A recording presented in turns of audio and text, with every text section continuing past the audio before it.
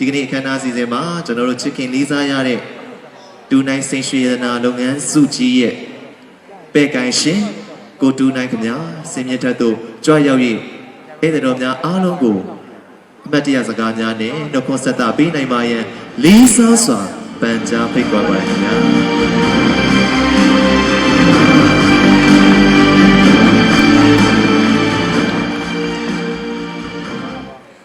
โอเคအားလုံးပဲမင်္ဂလာပါဟုတ်ကျွန်တော်နာမည်ကတော့ကိုတူးနိုင်ဖြစ်ပါတယ်ဒီတူးနိုင်ရတနာလုပ်ငန်းစုကိုစတင်ဦးစီးတည်ထောင်ခဲ့တဲ့သူပေါ့โอเคအဲ့တော့ကျွန်တော်တို့ဒီနေ့တူးနိုင်ရတနာကားတင်ဆမ်မဲဖွင့်ပွဲဟိုတက်ရောက်လာတဲ့သူတွေတော်တော်များများရှိတဲ့အတွက်ပထမဆုံးအနေနဲ့ကျေးဇူးတင်ပါတယ်လို့ပြောကြားချင်ပါတယ်ခင်ဗျာ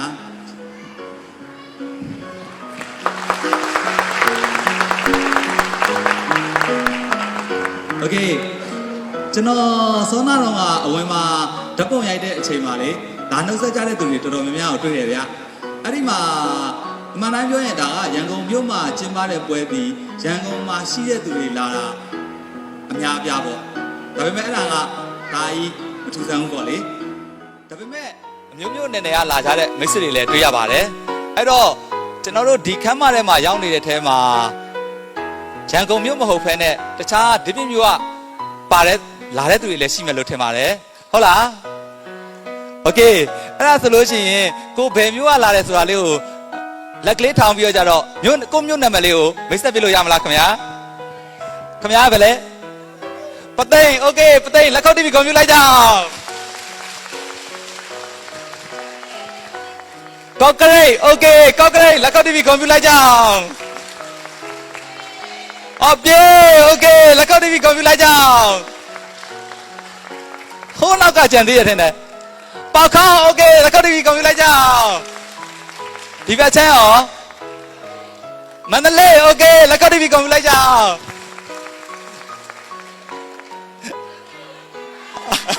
โอเคအောင်လဲယေရှုလက်ခုပ်တီးပြီးဂုဏ်ပြုလိုက်ကြအောင်ပါခင်ဗျာအသေးတော်ဝမ်းတော့ပါလက်ခုပ်တီးပြီးဂုဏ်ပြုအားလည်းပြေးလိုက်ကြအောင်ပါခင်ဗျာโอเคအားလုံးကျေးဇူးအများကြီးတင်ပါတယ်နေပြည်တော်โอเคလက်ခုပ်တီးပြီးဂုဏ်ပြုလိုက်ပါအောင်ကျေးဇူးအများကြီးတင်ပါတယ်စက်မေးမယ်ဆိုတော့ကျွန်တော်ယုံကြည်ပါတယ်ဗမာပြည်အနှံ့မျိုးတွေအကုန်ပါမယ်လို့ထင်ပါတယ်ခင်ဗျာအဲ့အတွက်ကြောင့်မလို့အဝေးကနေလာရောက်ချီးမြှင့်အားပေးတဲ့မိတ်ဆွေတွေအကုန်လုံးကိုဂုဏ်ပြုတဲ့အနေနဲ့လက်ခုပ်တန်ခပ်ပြင်းပြင်းလေးနဲ့ထပ်မံအားပေးလိုက်ကြအောင်ပါခင်ဗျာ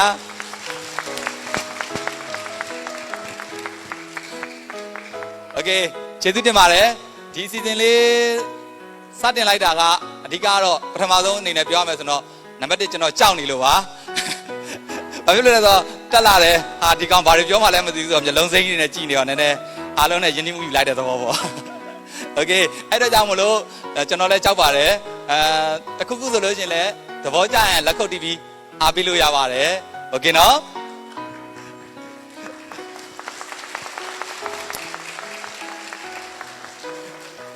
โอเคကျေးဇူးတင်ပါတယ်ကိုရင်လေးโอเคအဲ့တော့ကျွန်တော်နောက်ထပ်ရည်ရွယ်ချက်တစ်ခုလည်းရှိပါတယ်ဒီလိုမျိုးအမျိုးမျိုးအရွယ်ရောက်မိတ်ဆက်ပေးလိုက်ခြင်းအပြင်ဘာဖြစ်မလဲဆိုရင်ကျွန်တော်တို့တူနိုင်ရတနာသည်မြန်မာပြည်အနှံ့မျိုးပေါင်းများစွာမှာနှစ်ချိုက်ချိုက်နဲ့ဝယ်ယူအားပေးနေတဲ့ပြည်သက်မိတ်ဆွေအခိုင်အမာရှိနေပြီဆိုတာကိုကျွန်တော်တို့နောက်ထပ်ဆင့်ပြသပေးလိုက်ခြင်းဖြစ်တယ်လို့လည်းကျွန်တော်တို့ဂုဏ်ယူစာနဲ့ထပ်မံတင်ဆက်ခြင်းဖြစ်ပါတယ်ခင်ဗျာ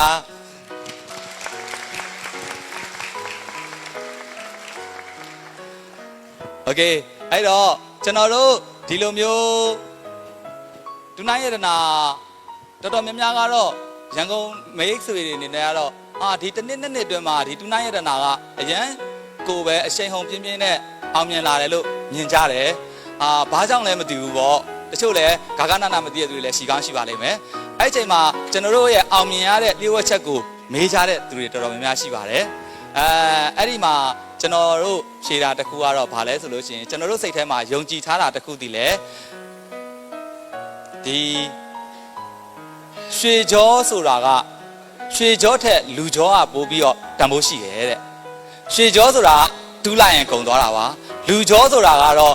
ကောင်းတဲ့င်းကဒီတယောက်ကိုနားကိုစလိုက်ပြီဆိုတာနဲ့အဲ့တယောက်ကပါဇက်ပေါက်ကိုဘယ်တော့မှပိတ်လို့မရတော့ပါဘူးအဲ့အတွက်ကြောင့်မလို့ကျွန်တော်တို့ဒီယင်းနှီးမြုပ်နှံမှုငွေကြေးပိုင်ဆိုင်မှုအားဖြင့် အမြောင်အများနဲ့စတင်ခဲ့တာမဟုတ်ပေမဲ့ကျွန်တော်တို့ရဲ့ယူသားမှုကျွန်တော်တို့ရဲ့မှန်ကန်မှုကျွန်တော်တို့ရဲ့ကြိုးစားမှုကို100%မကအားစိုက်ပြီးလုပ်ထားတယ်အဲ့ချိန်မှာကျွန်တော်တို့နဲ့ဆက်ဆံတဲ့လူတိုင်းဒီတခါဆက်ဆံရာသက်ပံဖြစ်စေရမယ်ဆိုတော့ကျွန်တော်တို့ရဲ့စံပုံးနဲ့အညီဖြစ်အောင်လို့သူတို့ဒီကျွန်တော်တို့ကိုမိသားစုပမာနောက်ဆိုရင်တူနိုင်မှာဝယ်မယ်တူနိုင်မှာဝယ်စိတ်ချမ်းသာရတယ်ဆိုပြီးတော့ကြတော့တဆင့်စကားတဆင့်နာကျွန်တော်တို့ကြော်ညာကပေးကြမလို့ပဲနဲ့ကိုကျွန်တော်တို့အတွက်အမာခံကြော်ညာပေးတဲ့မိတ်ဆွေတွေကြောင့်မလို့ကျွန်တော်တို့ဒီလိုအချိန်တိုအတွင်းမှာအောင်မြင်လာခြင်းဖြစ်ပါတယ်အဲ့တော့ကြောင့်မလို့ကျွန်တော်တို့ရဲ့မိသားစုလိုတန်ဖိုးထားတဲ့မိတ်ဆွေတွေကိုဒီနေ့ခန်းခန်းနာနာဂုဏ်ပြုခြင်းဖြစ်ပါတယ်ခင်ဗျာအဲ့တော့ကြောင့်ကျွန်တော်တို့အတွက်ရှေ့ကျောထက်တန်ဖိုးရှိတဲ့လူကျော်တွေပိုင်ဆိုင်ခွင့်ရတဲ့အတွက်လည်းအားလုံးကိုကျေးဇူးတင်ပါတယ်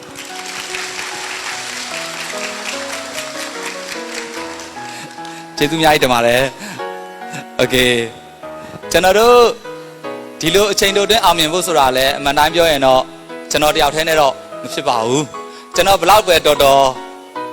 တယောက်လောက်အားစာပဲရှိမှာပေါ့ဟုတ်ပြီနော်အဲ့ဒီနေရာမှာကျွန်တော်တို့ဒီနေ့ကျေးဇူးတင်စကားပြောကြဖို့အတွက်ကျွန်တော်နောက်ထပ်ကျေးဇူးတင်ရမယ့်သူတယောက်ရှိပါသေးတယ်အဲ့ဒါကတော့ဘာလဲဆိုရင်ကျွန်တော်နဲ့စိုးတူကောင်းဘက်ဘယ်ချိန်ဖြစ်ဖြစ်ကျွန်တော်တို့ပင်ပန်းတွေလည်းအတူတူခံခဲ့ကြတယ်အတိုက်ခိုက်တွေလည်းအတူတူလက်တွဲခဲ့ကြတယ်ဘလို့ခက်ခဲတွေပဲရှိရှိ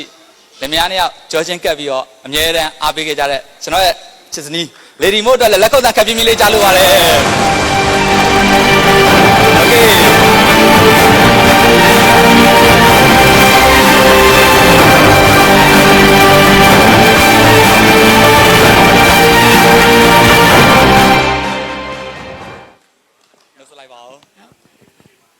အားလုံးပဲမင်္ဂလာပါရှင်အခုလိုမျိုးနည်းနည်းရရကနေလာပြီးအားပေးကြတဲ့မင်းရင်ဆိုရင်များကိုယင်းနေကနေလိုက်လိုက်လဲလဲကျေးဇူးအများကြီးတင်ရှိပါတယ်ရှင်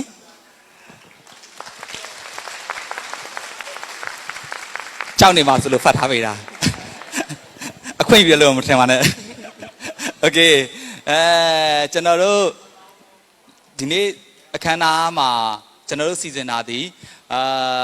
ကားကန်ဆယ်မဲ့ကားသုံးစီးပေးနိုင်တယ်ဆိုတော့ကျွန်တော်တို့ရဲ့တိုးတက်လာမှုကိုပြချင်တာထက်ကျွန်တော်တို့ပေါ်မှာကျေးဇူးရှိခဲ့ဘူးသောလူတွေကိုတန်ဖိုးထားတဲ့လူအချင်းချင်းတန်ဖိုးထားတဲ့လူတွေကိုလေးစားတဲ့ကျွန်တော်တို့ရဲ့မိသားစုတစ်ဖွဲ့ဆက်ဆံရေးကိုအဓိကပြချင်တာဖြစ်ပါတယ်โอเคအဲ့ဒီအချိန်မှာကျွန်တော်အတွက်ဒီယရနာလောကမှာနေရာတစ်ခုရဖို့အတွက်ကျွန်တော်တို့ရန်ဘလောက်တော်ကျွန်တော်တို့လမ်းညွန်ပြသပေးတဲ့နေရာပေးတဲ့သူမရှိရင်ဘယ်လို့မှမဖြစ်နိုင်ပါဘူးကျွန်တော်လွန်ခဲ့တဲ့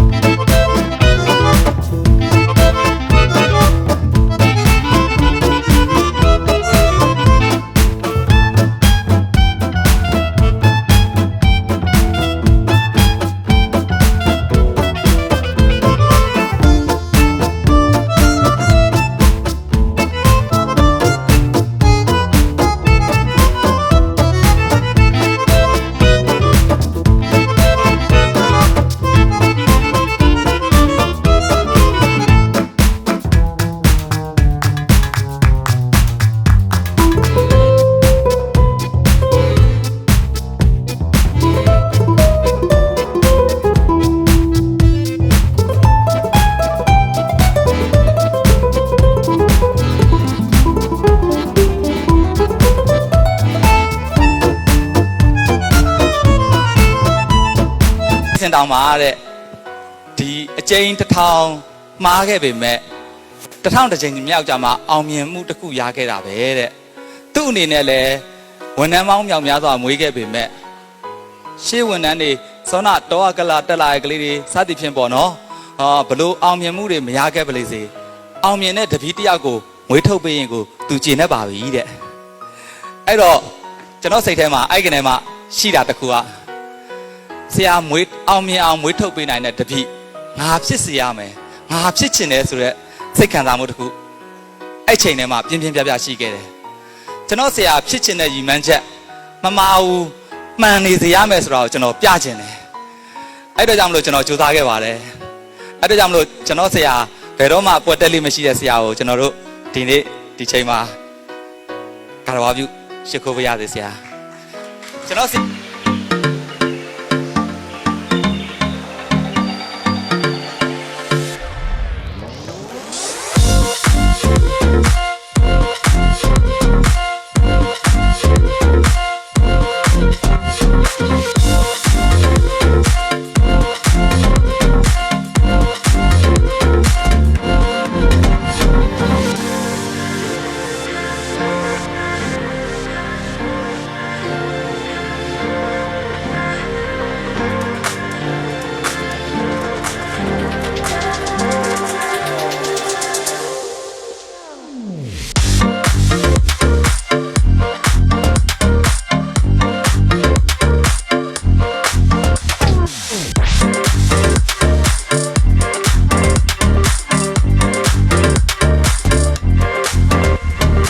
လုပ်ပြီးတော့ဆရာကတနစ်ပြည့်တော့ကြတော့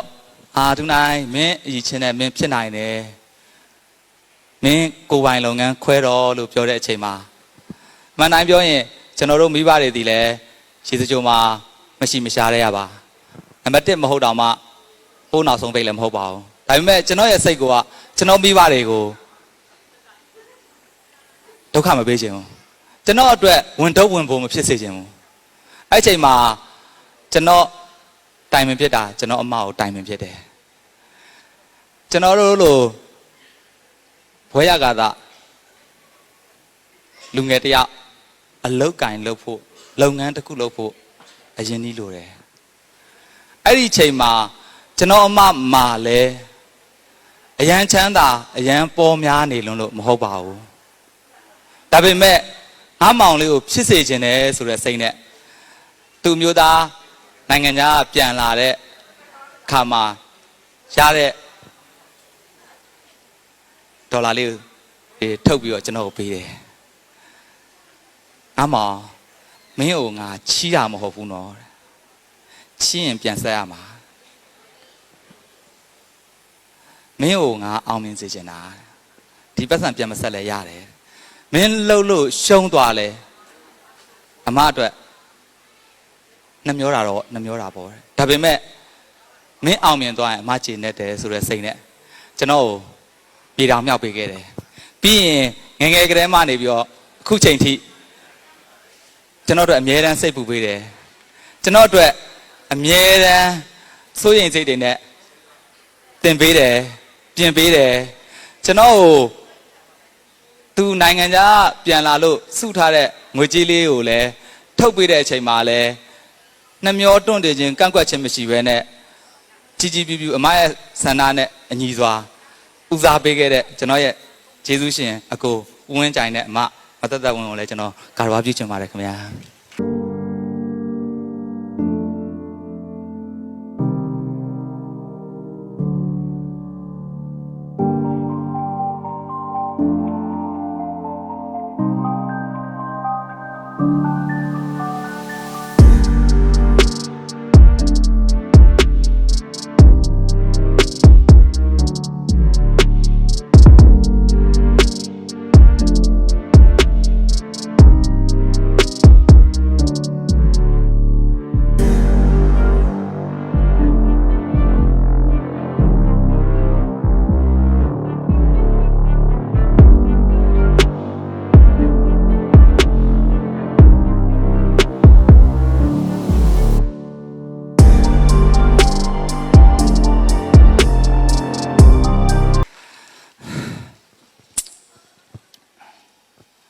နောက်ထပ်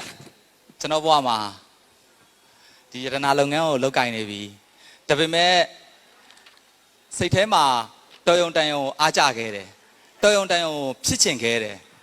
ကိုကောင်းတာလုပ်ရင်ကောင်းတာဖြစ်မယ်လို့ပဲကျွန်တော်ယုံကြည်ထားတယ်ဒါပေမဲ့ကျွန်တော်ရဲ့အမရဲ့မိတ်ဆက်ပေးမှုနဲ့ပဲကျွန်တော်တို့ပတ်တိုင်းဆေးကုမ္ပဏီတစ်ခုမှာကျွန်တော်တို့ချိန်ပိုင်းဝင်လုပ်ခဲ့တယ်အဲ့ချိန်မှာအဲ့ဆေးကုမ္ပဏီရောက်သွားတဲ့အချိန်မှာကောင်းခြင်းမကောင်းခြင်းထက်ကျွန်တော်အရန်သဘောကျသွားတယ်အမတယောက်ရှိရယ်အဲ့ဒီအမစကားပြောတဲ့ပုံစံနဲ့ကျွန်တော်ကြိုက်တယ်အဲ့ဒီအမဒီလိုစင်မြင့်ထက်တွေမှာစကားပြောတာမျိုးကျွန်တော်ငါလည်းပြောချင်တယ်ငါလည်းဖြစ်ချင်တယ်ဆိုတဲ့ဆန္ဒတွေပြင်းပြတယ် အဲ့တော့ကြောင့်မလို့ကျွန်တော်အချိန်ပိုင်းဒီယတနာလုပ်ငန်းစတင်လုပ်ကိုင်စင်မှာလည်းအချိန်ပိုင်းကျွန်တော်လုပ်ခဲ့ဘူးတယ်အဲ့ဒီလုပ်ခဲ့စဉ်တုန်းကလည်းကျွန်တော်စိတ်ထဲမှာဒီလူတွေမြောင်များစွာကိုရှင်ဖတ်ချင်းချက်ပြင်ထိုးသလိုမျိုးတယောက်နဲ့တယောက်မောင်နှမလိုမျိုးညီမတွေလိုမျိုးညီကိုတွေလိုမျိုးချစ်ခင်အောင်ပေါင်းသင်းဆက်ဆံတတ်တဲ့ပညာပြဿနာတွေကိုအခက်အခဲတွေကိုဘယ်လိုပဲဖြစ်ဖြစ်ရင်ဆိုင်ဖြစ်ရှင်းနိုင်ဖို့ခွင့်အားပေးတဲ့ mindset တွေချိန်မှုတွေလူတယောက်ကိုစိတ်သက်မြင့်တင်လာအောင်စိတ်သက်ကြနေလို့ရှိရင်ကျွန်တော်တို့ကဘလောက်ပဲပတ်စံရှိရှိလှုပ်ဖို့ခက်ခဲပါတယ်ဘလောက်ပဲချမ်းသာစိတ်သက်ကြနေရင်လည်းကားပဲလူတယောက်စိတ်သက်ကြနေတာတော့စိတ်သက်တွေမြင့်တင်လာအောင်ကျွန်တော်တို့အမြဲတမ်းအားပေးခဲ့တဲ့အမတယောက်ရှိတယ်အဲ့ဒီအမကတော့ကျွန်တော်တို့အတူတူတရုတ်တိုင်းဆေးကုမ္ပဏီမှာအချိန်ပိုင်းလုပ်ခဲ့တဲ့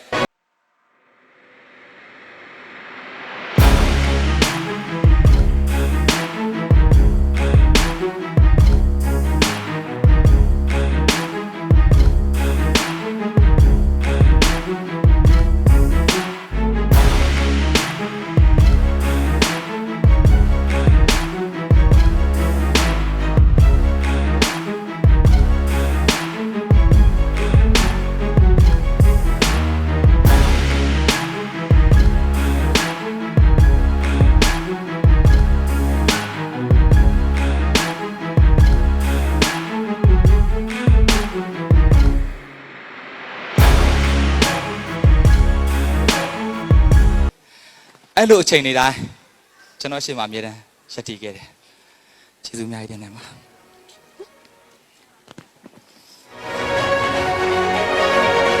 ပါမဆင်တွေလက်ခုပ်တန်းခပ်ပြင်းပြင်းလေးဂုဏ်ပြုပေးကြပါအောင်ခင်ဗျာ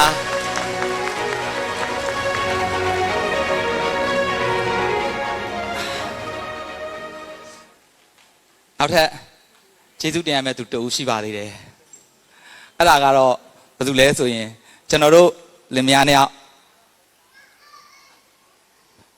အရန်လဲချစ်တယ်အရန်လဲရံဖြစ်တယ်အရင်တော့ပေါ့အိမ်တော်မကြခင်မှာသမီးစားဘွားမှာအရန်ကျွန်တော်တို့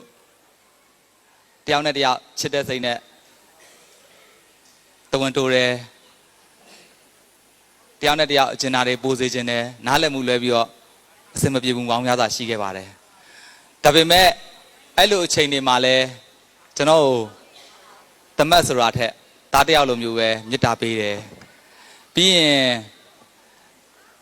ကျွန်တော်အမျိုးသမီးရဲ့စိတ်ကိုလည်းတွင်တင်ဆုံးမပေးတယ်ဖြောင်းဖျပေးတယ်ကျွန်တော်အမျိုးသမီးဒီလိုလိမ္မာရေးချရှိအောင်ဒီချိန်ထိနာမည်ပြမရှိအောင်ပြုစုပြောထောင်လာတဲ့ကျွန်တော်ရဲ့ရောက်ခဏီနဲ့ရောက်ခမဖေနဲ့မေကိုလည်းကြောချင်ပါတယ်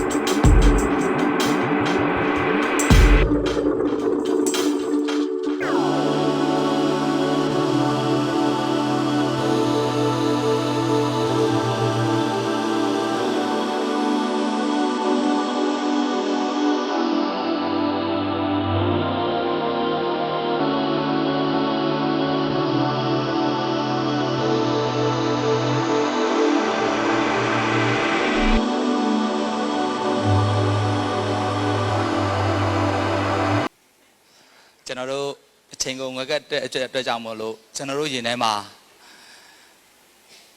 ကျေးဇူးတင်ထိုက်တဲ့သူတွေအများကြီးရှိပါသေးတယ်ကြံခဲ့ရင်တောင်းပန်ပါတယ်ဒါပေမဲ့စိတ်ထဲမှာအများကြီးရှိပါသေးတယ်ကျွန်တော်တို့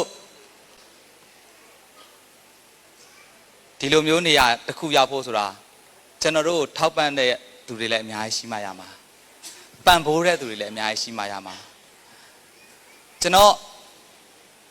ဒီရန်ကုန်ဒီလုပ်ငန်းကိုစလုပ်တဲ့အချိန်မှာအိမ်ကမာလိုက်တယ်3နှစ်မပြေမချင်းမင်းစိတ်ကြိုက်လို့3နှစ်ပြည့်ပြီဆိုရင်တော့ပြန်စဉ်းစား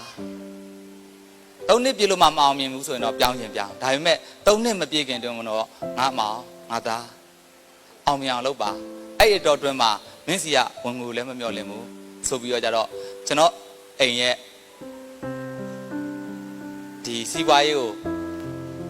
ကျွန်တော်ကောင်းကောင်းလုပ်နိုင်ပါစေကောင်းကောင်းပညာသင်ပေးနိုင်ပါစေဆိုပြီးတော့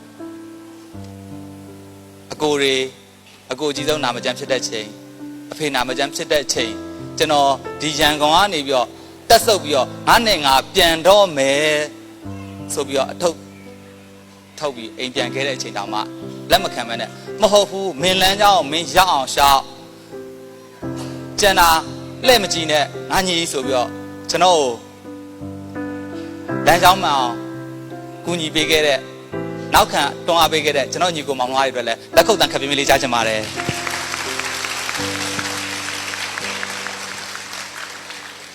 ကျွန်တော်တို့ဒီပွဲမှာကျွန်တော်မျိုးသမီးရဲ့ဆရာတွေကိုလည်းကျွန်တော်တို့ဖိတ်ဖို့စီစဉ်ပါတယ်ဒါပေမဲ့ဟိုးကချင်ပြည်နယ်မှာဖြစ်နေတဲ့အတွက်ကြောင့်မလို့မရောက်လာနိုင်တဲ့အကြောင်းမျိုးကြောင့်ရောက်ဖို့အဆင်မပြေတဲ့ဆရာတွေကိုလည်းကျွန်တော်တို့ဒီနေရာနေကတော့ပြုပါတယ်ကျွန်တော်တို့ဒီလိုမျိုးကျေးဇူးတင်စကားတွေပြောနိုင်ဖို့အတွက်ကျွန်တော်တို့ယုံကြည်စွာအားပေးခဲ့တဲ့ဒီလိုမိကောင်းဆွေကောင်းတွေမရှိခဲ့ရင်ကျွန်တော်ဒီလိုမျိုး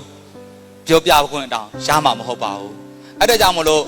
ဒီခမ်းမတဲ့ကိုရောက်နေတဲ့သူတွေတော့ကျွန်တော်တို့ဒီပွဲကိုမလာနိုင်ပေမဲ့ TV ကနေစောင့်မျှော်ကြည့်ရှုနေကြတဲ့မိတ်ဆွေအပေါင်းအသင်းတွေကိုလည်းကျေးဇူးတင်ပါတယ်လို့ပြောကြရင်လည်းကျွန်တော်တို့မိတ်ဆွေတွေတက်လက်ခုပ်တန်းခပ်ပြင်းပြင်းလေးကြားကြပါတယ်ကျွန်တော်တို့ဒီလိုအောင်မြင်မှုတွေကိုဒီမှာရှိနေတဲ့မိတ်ဆွေတွေကမျက်မြင်ကိုယ်တွေ့မြင်ရပါတယ်ကျွန်တော်အဖေနဲ့မေအင်းသေးချင်းတယ်တမလွန်ကနေမြင်နိုင်ပါသေးလို့လဲစုမွန်ကောင်းတောင်းပါတယ်ဖေနဲ့မေကျေးဇူးအများကြီးတင်ပါတယ်အားလုံးကျေးဇူးအများကြီးတင်ပါတယ်ကျွန်တော်ရဲ့နောက်ထပ်စီစဉ်ကောင်းတွေနဲ့ထပ်မံလာပါမယ်ခင်ဗျာ